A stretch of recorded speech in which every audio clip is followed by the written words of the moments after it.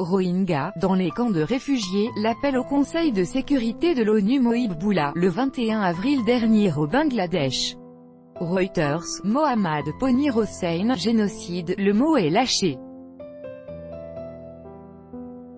Un an après le début de l'exode de près de 700 000 Rohingyas face aux violences de l'armée birmane, dans l'ouest du pays, l'ONU demande dans un rapport à ce que le Conseil de sécurité agisse.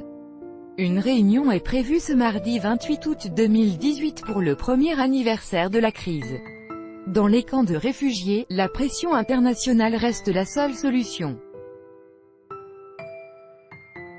Entre les mains de Mohib Boulla, une liste de plusieurs pages énumérant les violences subies par les Rohingyas réfugiés dans les camps. Un document destiné à la Cour pénale internationale, explique notre envoyé spécial dans le camp de Kutupalong, Elisa Hunt. On a déjà dû fuir le pays par le passé, mais jamais on n'a demandé ce type de justice. Résultat, le gouvernement a recommencé, et cette fois, cela a été un génocide. C'est pour cela qu'on demande aujourd'hui à la communauté internationale de nous aider à obtenir justice, car cela va influencer le gouvernement, explique Mohib Boulla. D'après lui, rien n'a prouvé depuis un an que le gouvernement birman veut trouver une solution. Il compte donc sur la pression internationale, tout comme cet autre réfugié Rohingya, ancien directeur d'école, pour qui la communauté internationale a un devoir à leur égard. Les Nations Unies, les Européens, ils seront tout responsables si les violences arrivent de nouveau, ils ont la responsabilité d'intervenir, de trouver une solution. Pour l'instant, ils critiquent, ils parlent, mais ce n'est pas assez, dénonce l'ancien directeur. Ici, tous attendent désormais que le Conseil de sécurité de l'ONU agisse rapidement.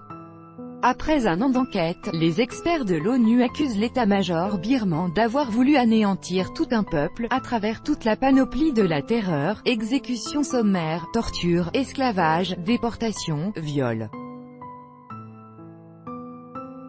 Le document désigne 6 responsables, dont le chef de l'armée et ses principaux adjoints, et d'appeler le Conseil de sécurité à faire traduire ces hommes devant la justice internationale.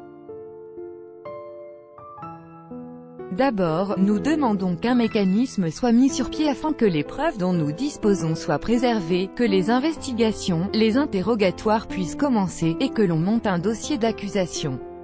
Ensuite, nous espérons que le Conseil de sécurité saisira la Cour pénale internationale ou constituera un tribunal spécial. La Sri-Lankaise Radhika Coomaraswamy fait partie des 3 experts mandatés par les Nations Unies pour cette enquête 28/8/2018 par Vincent Souriau et écoutez.